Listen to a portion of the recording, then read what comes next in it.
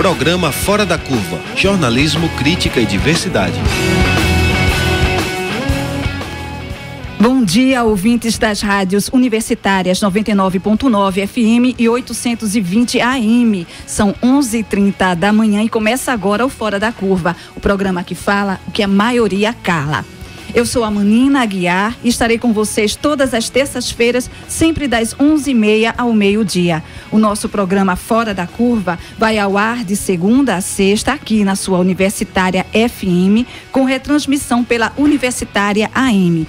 Você também pode acompanhar ao vivo pelo facebook.com/programa Fora da Curva, pela página da Marco Zero Conteúdo e pelo Facebook/Universitária 99.9.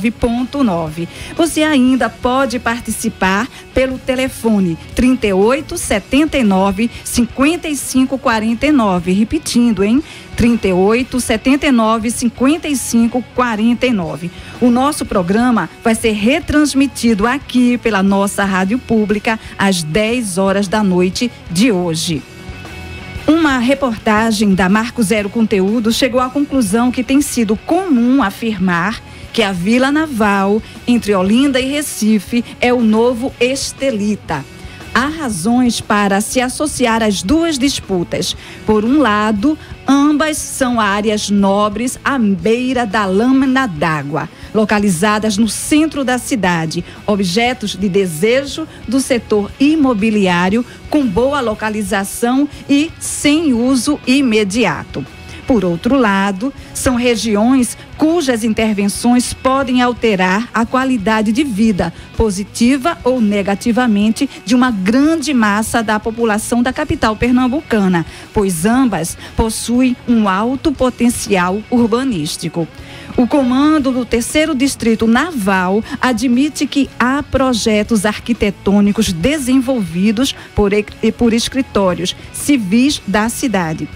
Estão previstas as seguintes edificações para a nova Vila Naval do Recife: 2 prédios com 228 apartamentos para praças e um prédio com 36 apartamentos para oficiais. O programa de hoje, a gente quer saber: a especulação imobiliária ameaça a Vila Naval? Para discutir conosco o tema, nós estamos aqui com o professor da Universidade Federal Rural de Pernambuco e também integrante do Movimento de Direitos Urbanos, Leonardo Cisneiro. Seja bem-vindo, Leonardo. Bom dia, Manina. Obrigado. E também com um dos representantes do movimento Resiste Santo Amaro, Edeljonson Pinto. Seja bem-vindo também, hein? Bom dia, Moana. Bom dia, professor. E todos os ouvintes que nos acompanham, né? Bom dia para os que estão no Brasil, boa tarde, boa noite para quem está fora do Brasil, acompanhando pela internet. Com certeza, Edeljonson. E nós gostaríamos, né, também de dizer que você pode participar entrando em contato direto com a gente através do telefone 38 79 55 49. Leonardo, de fato, o Poder Público Municipal apresentou um plano urbanístico específico para a área. A primeira proposta foi apresentada em novembro de 2014 e a gente, antes de entrar no ar, estávamos justamente falando sobre isso, né? Então, por qual razão o processo está sendo comparado ao do Cais José Estelita?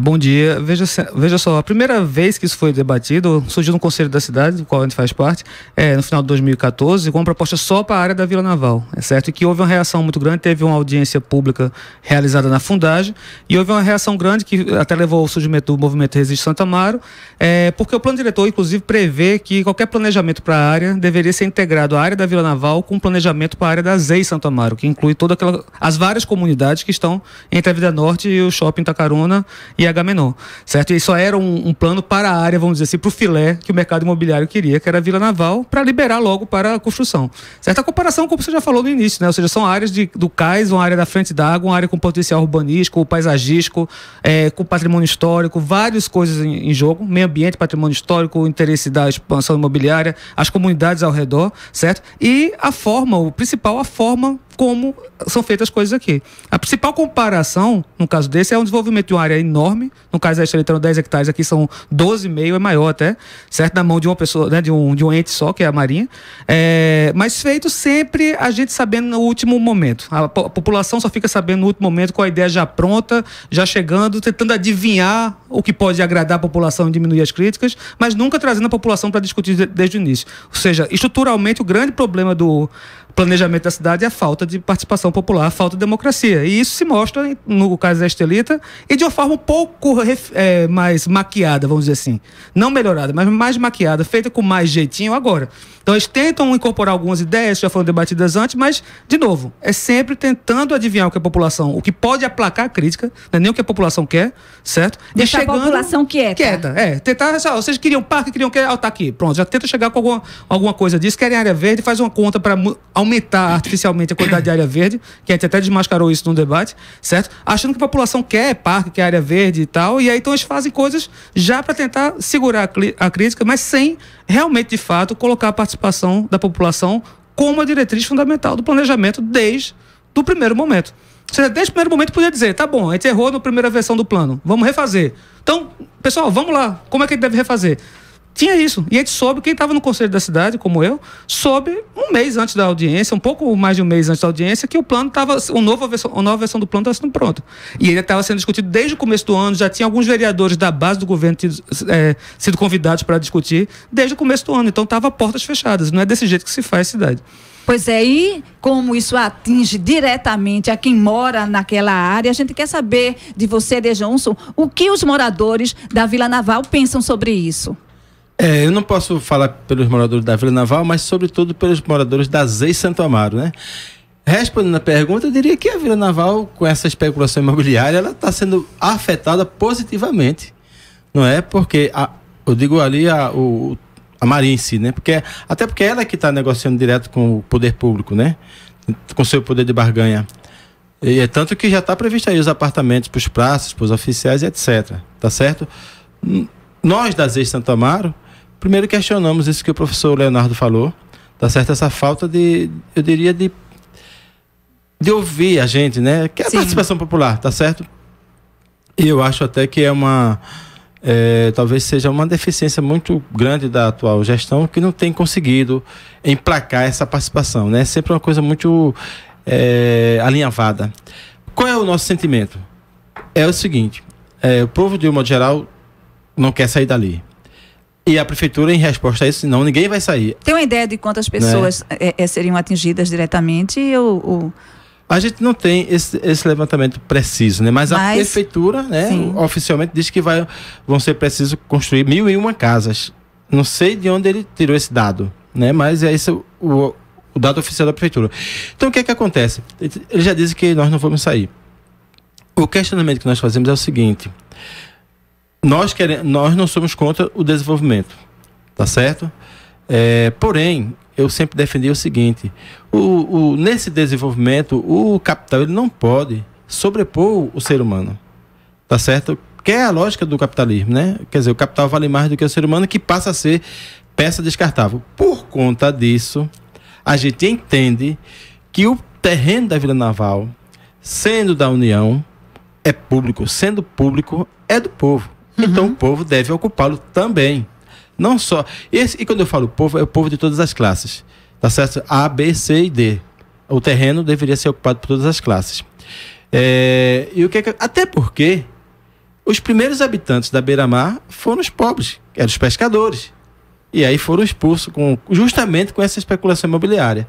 E hoje muitos pescadores têm que andar quilômetros para poder chegar ao seu ambiente de trabalho. Então, nós queremos que o projeto seja integrado, porque o que a prefeitura também alega é que ainda não existe um projeto para ZEI Santo Amaro, etc, etc. Esse projeto tem que ser colocado no papel, e a execução dele tem que ser em paralelo com a execução do que for feito na Vila Naval. E se tivermos que tirar algumas casas, algumas pessoas, algumas famílias, que as casas sejam construídas no terreno da Vila Naval. Até porque a população tem o sentimento de que não quer habitacional. Eles entendem como habitacional são esses conjuntos habitacionais que foram feitos de apartamentos apertadinhos. O cara mora numa casa com certo tamanho, de repente ele vai ter que ficar espremido num apartamentozinho. Então esse é o sentimento em geral, da população, sobretudo das ex. Eu não posso falar pela Vila Naval, porque isso aí compete mais aos habitantes lá, que são os praças e oficiais, né? Muito bem. Rodrigo, você como faz parte também, não é, Leonardo, perdão, como você faz parte também e é integrante, né, do Conselho das Cidades, o nosso companheiro Sérgio Miguel sempre faz uma referência em como a mídia coloca isso, né? E assim, a gente deu uma olhadinha assim, pouquíssima ou nenhuma coisa está sendo veiculada. Como é que vocês observam também esse casamento, né, da omissão da mídia e esse momento da especulação imobiliária naquela área? Essa questão do envolvimento da mídia com a especulação imobiliária tem ficado muito clara desde o caso do Estelita. A gente já viu isso, como é que era o tratamento, vamos dizer assim, da oposição ao projeto. E agora está interessante porque existe uma propaganda muito positiva, vamos dizer, nos principais jornais e no principal jornal da cidade, mas é interessante notar o seguinte, a gente já até falou isso, foi discutido no Conselho, que existe um empreendimento do grupo, de um dos grupos do João Carlos Paz Mendonça, que é o dono do Jornal do Comércio, justamente na área afetada, num terreno aqui junto ao Shopping Itacaruna, certo? Justamente de uma das áreas abordadas do plano, certo? E uma das coisas que o plano prevê, que é sempre um problema em todas as coisas que tem aqui na cidade, é o chamado direito e protocolo, que é o quê? Tudo que foi protocolado antes do plano, qualquer projeto arquitetônico protocolado antes do plano pode pedir para ser analisado pela lei anterior, ou seja, dá ao empreendedor o direito de escolher qual lei que ele vai cumprir, se a lei nova ou a lei anterior. E isso é um absurdo, ou seja, você está discutindo a cidade, ele está dizendo que quer uma cidade assim, assim, assado. Essas supostas inovações do plano, vamos dizer assim, uso misto, não sei o que lá e tal. A cidade definiu o que é isso, tem que ser isso, não pode deixar o empreendedor, dar ao empreendedor o direito a dizer o que ele queria, não, prefiro a lei anterior. E é o único empreendimento que ele conseguiu achar que pode usufruir disso é um empreendimento justamente do grupo Paz Mendonça, um dos grupos do Paz Mendonça. Então, assim, há um conflito de interesse, assim, claro, gritante, que, assim, precisa ser discutido e jogado a público mesmo. Ou seja, a mídia local tem interesse, sim, em desenvolvimento imobiliário, como tinha no caso da Estelita, que, né, dialogava com o Shopping Rio Mar. Então, é preciso dizer às claras que há um conflito de interesses muito forte, e esse conflito também passa pelos grupos políticos que são bancados por doações de campanha disso. Então, há uma promiscuidade público-privada que a gente fala, PPP que tem aqui essa, certo? E que precisa ser jogada às claras. E a gente precisa furar esse bloqueio. Então é isso que tem tentado fazer através das redes sociais. Leonardo, ainda com você, o Poder Público ele convocou uma audiência semana passada para discutir com a sociedade um plano diretor para a região. Ele abrange a Vila Naval, o Itacaruna e a Zona Especial de Interesse Social, a ZEIS. E quais foram os resultados? Isso aí o Johnson já falou um pouco também.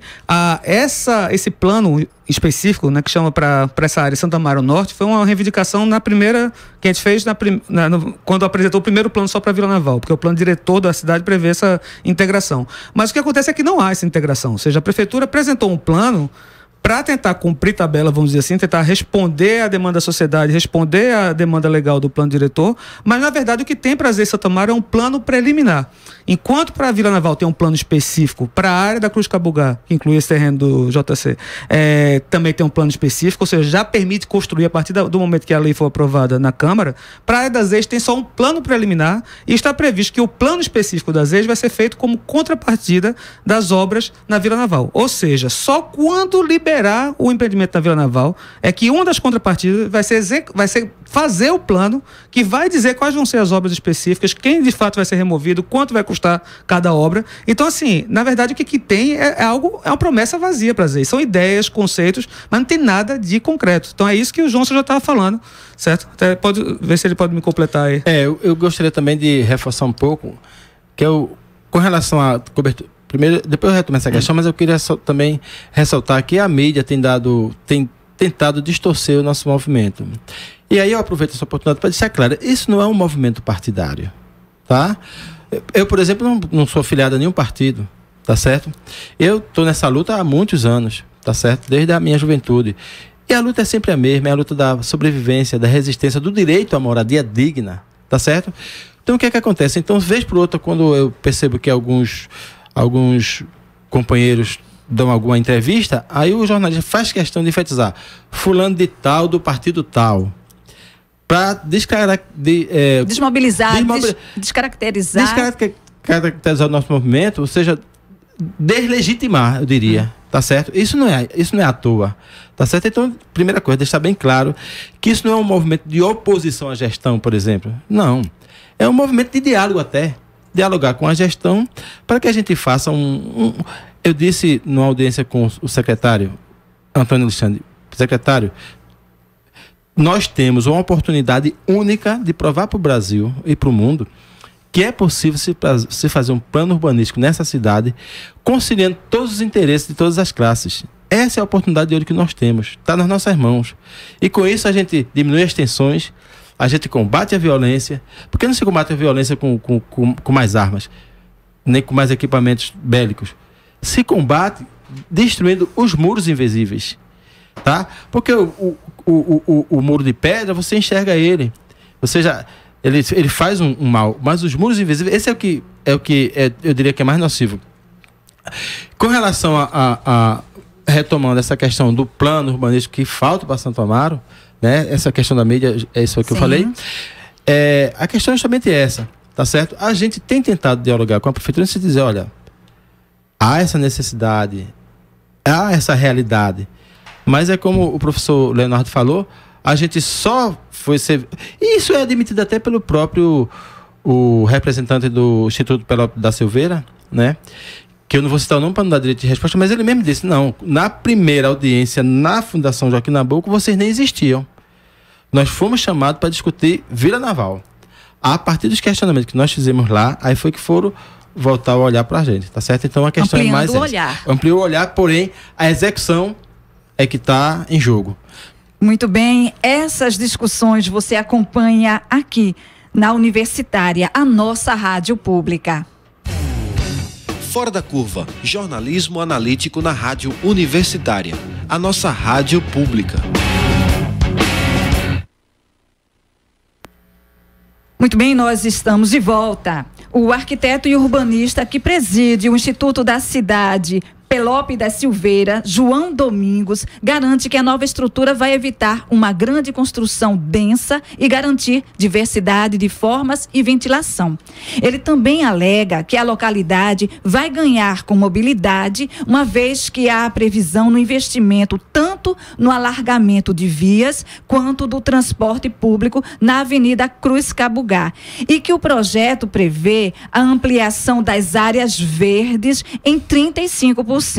Leonardo, você concorda com esta análise do João Domingos? O problema é que para fazer propaganda assim é fácil, é rápido, só que você desmontar demora. Essa questão das áreas verdes, até eu fiz a conta num debate que teve lá na Federal, mostrei que com a legislação atual teria mais área verde do que eles estão prometendo, e o tal parque que eles estão dizendo é um calçadão menor do que a área da Vida Beira Rio ali na Madalena. Então assim, não é um parque. Inclusive tem até um dado novo, por exemplo, que se você fizer a comparação com a exigência que a Organização Mundial da Saúde faz de área verde por habitante, que é de 12 metros quadrados por habitante, 9 a 12 metros quadrados por habitante, isso não daria conta nem dos novos habitantes da Vila Naval, muito menos ainda dos que já existem na Azeis Santo Amaro, que precisam de área verde, ou seja, tem poucas áreas de lazer e poucas áreas verdes ali dentro das Azeis. Então, se você fizer essa comparação, é muito pouca área verde, isso não é um parque, isso não atende a demanda que tem, certo? E assim, você tem um adensamento muito grande, ele fala da necessidade de adensar, vamos dizer assim, também ignorando que tem uma população enorme já lá naquela região que já usa o BRT e tudo mais, ou que a Cruz Cabugá é uma vida saturada, certo? E, sobretudo, tem uma coisa que falta nisso tudinho aí, que a gente já falou e tem que enfatizar. Não tem nenhum estudo dos impactos do plano, ou seja, o estudo de impacto de vizinhança, o estudo de impacto ambiental, está longe. Eles falam do que eles projetam que seria interessante, mas não diz da capacidade da área de absorver essa nova população. E o impacto que isso vai ter sobre a mobilidade. A Cruz Cabugá está lá até mostrando, é uma via já engarrafada. Aumentar a via não resolve isso, tem até uma frase que se fala muito, resolver o problema da mobilidade aumentando via é igual resolver o problema da obesidade afrouxando o cinto. Quanto mais via você faz, mais carro você atrai, certo? E você tem um impacto de especulação imobiliária sobre as Azeis, vai aumentar preço dos aluguéis, que nas Azeis tem aluguel também. Então você tem muitos impactos ambientais, você vai ter uma área verde que já existe lá, vai ter um corte de árvore. Então assim, nada disso está estudado. O plano só projeta uma coisa como se aquilo fosse um papel em branco, né? Então assim, não tem a visão de que aquilo ali já tem um uso, certo? Já tem uma população que está lá, já tem uma saturação das vias, saturação da infraestrutura, e nada disso está sendo estudado. Dejonson, como é que você vê também essa relação, né? O que vai trazer de desenvolvimento e que também vai trazer de transtornos para lá. Além desses benefícios que ele falou aí, para a população, hoje mesmo ele vai dizer, né? Vai gerar muitos empregos, etc, etc, etc. É óbvio, né? Se eu sou um construtor, eu tenho ali um exército de mão de obra ociosa, eu não vou contratar uma pessoa lá do fim do mundo. Pega aqueles que estão ali pertinho de mim, porque é até mais fácil a hora que eu quiser estar ali próximo, né? Isso é uma prática já de muitos anos. O próprio bairro nasceu assim, né? Com as vilas operárias. Mas, enfim, eu gostaria de enfatizar também que é o seguinte,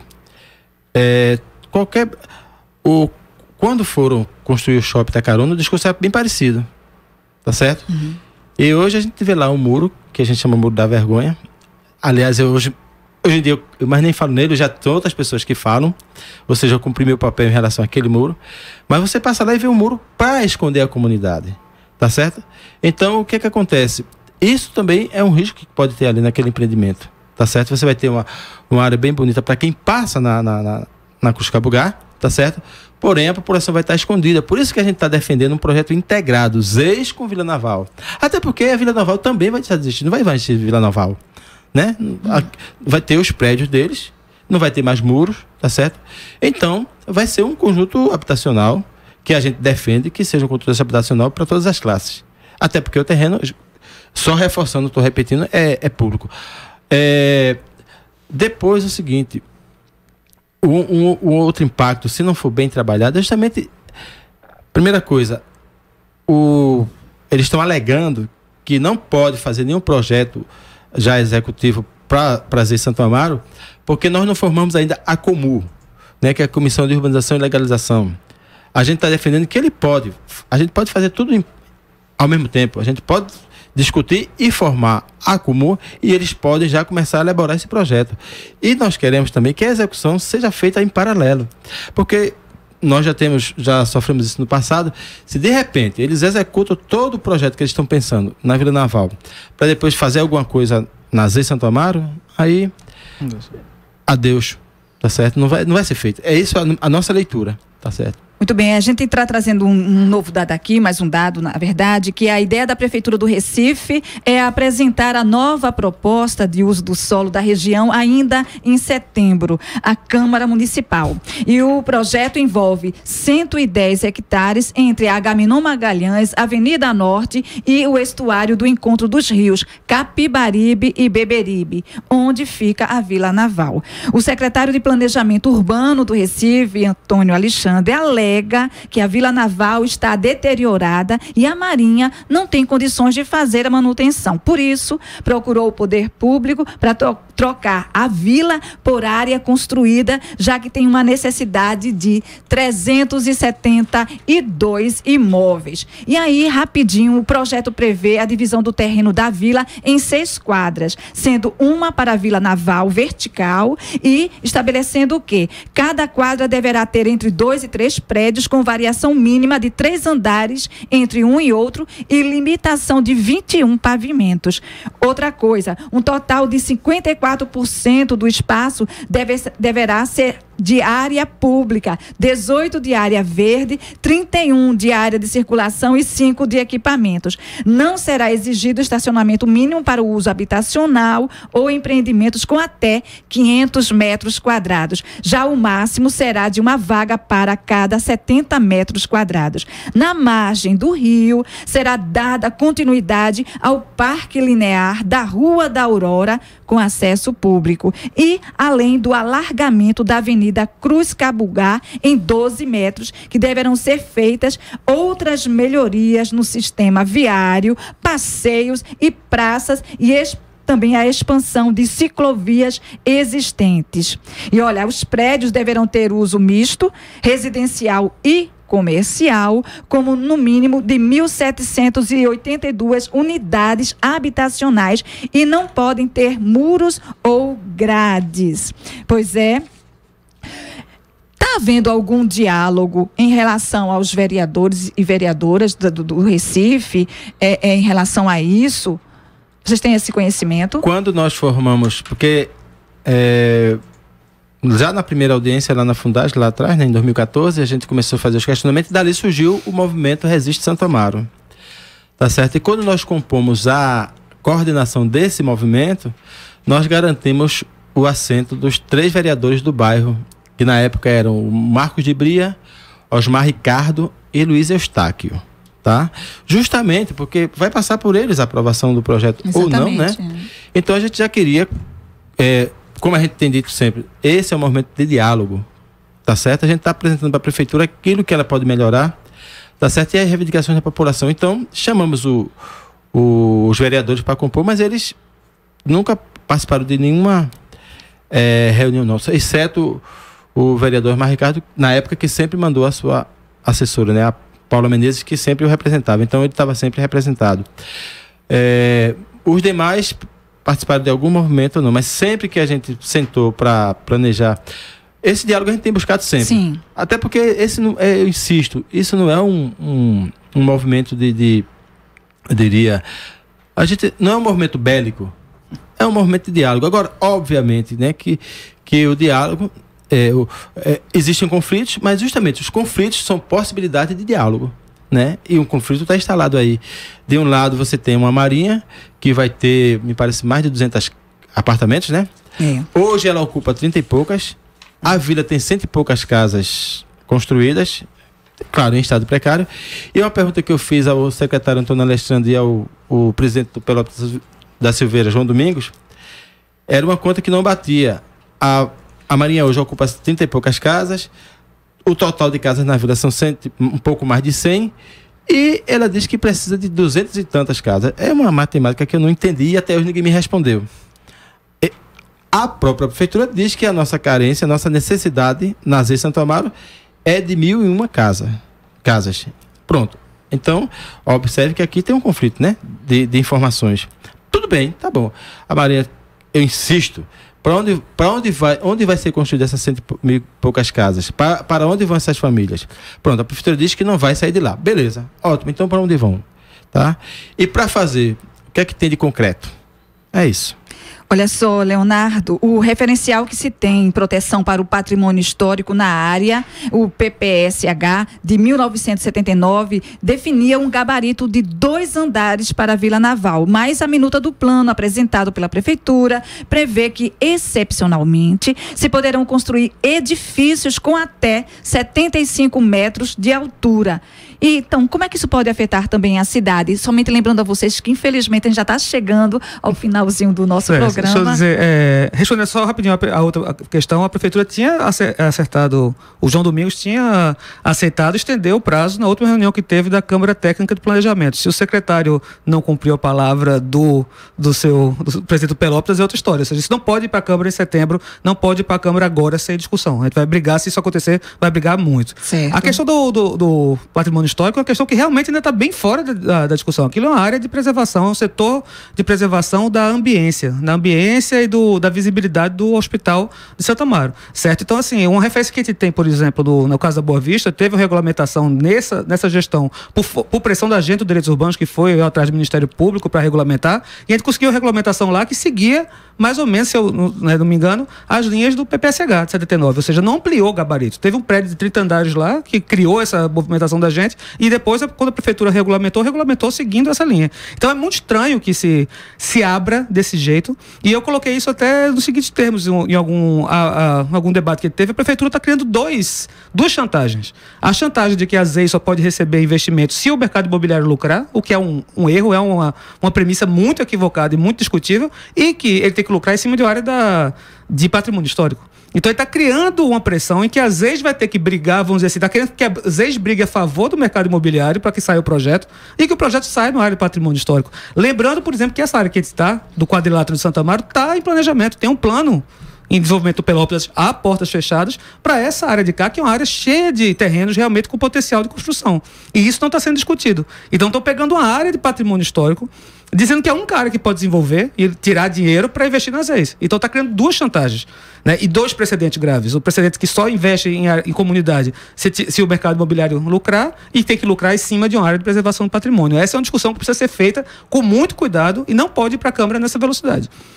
Muito bem, a gente passa agora a fala para Dejonso também fazer suas considerações finais. Eu queria aproveitar a oportunidade e pegar nas últimas palavras do professor, que justamente toda essa discussão hoje em torno da Vila Naval e das ex-Santo Amaro, ela vai repercutir para a cidade como um todo. Então, qualquer erro ou acerto que nós tivermos ali vai trazer consequência para a cidade como um todo, tá certo? Então, para a cidade e para a vida das pessoas. Exato. Né? Então, esse nosso movimento é um movimento em prol de toda a cidade do Recife, tá certo? Porque quantas áreas parecidas com essa nós temos na cidade e vizinho a elas, áreas de ZEIS em situações semelhantes a nossas. Então, verdade. Se essa moda pega de dizer que nós só vamos construir agora se o mercado imobiliário lucrar. Então, acabou a função do Estado. Né? Para onde é que vão nossos impostos? Tá certo? Então, eu queria concluir com essa pergunta e reforçar que isso não é um movimento partidário, não é oposição à situação que está aí. É um movimento reivindicatório e só. Muito obrigada. A gente, antes de terminar, gostaria também de passar uma informação, falando um pouco sobre a transparência das ações, né, do Estado, do município, que vai acontecer uma audiência na Câmara Municipal do Recife, que vai votar nesta terça-feira, 5 de setembro, um projeto de lei que dá a maior transparência à aplicação dos recursos públicos em publicidade na capital pernambucana. O PL 21 de 2017, de autoria do vereador Ivan Moraes, do PSOL, em colaboração com o Centro de Cultura Luiz Freire e o Fórum Pernambucano de Comunicação, FOPECOM, torna obrigatória a divulgação do dinheiro gasto em cada ação publicitária da Prefeitura. A publicização dos custos deve acontecer no final das inserções de TV e rádio e constar em todas as peças impressas. A expectativa é que o projeto seja incluído na ordem do dia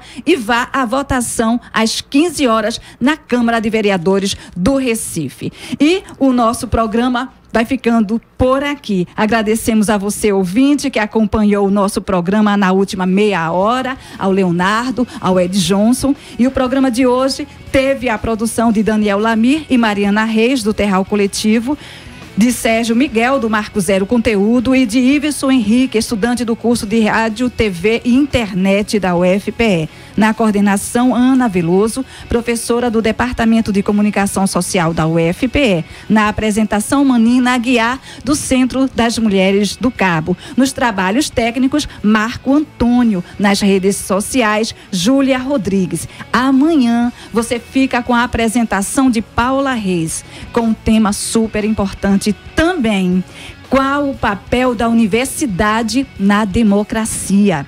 Perdeu o programa de hoje? Quer partilhar? É só acessar facebook.com/programa Fora da Curva e também na página da Marco Zero Conteúdo. Ou escute a retransmissão aqui pela nossa rádio pública às 10 horas da noite de hoje. Fora da Curva, seu programa de jornalismo, crítica e diversidade. Aqui a gente fala o que a maioria cala. Boa tarde. Boa tarde. Boa tarde.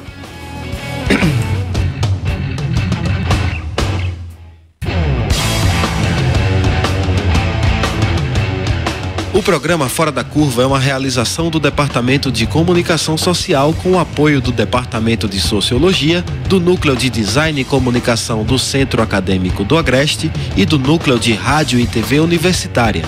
Parceria com o Marco Zero Conteúdo, Centro de Cultura Luiz Freire, Centro das Mulheres do Cabo, Centro Sabiá e Terral Coletivo de Comunicação. Esse programa fica disponível nas nossas redes sociais, na nossa página do Facebook, no canal do YouTube e no Mixcloud. A música tema do nosso programa foi composta pela banda Diablo Motor. Programa Fora da Curva. A gente fala o que a maioria cala.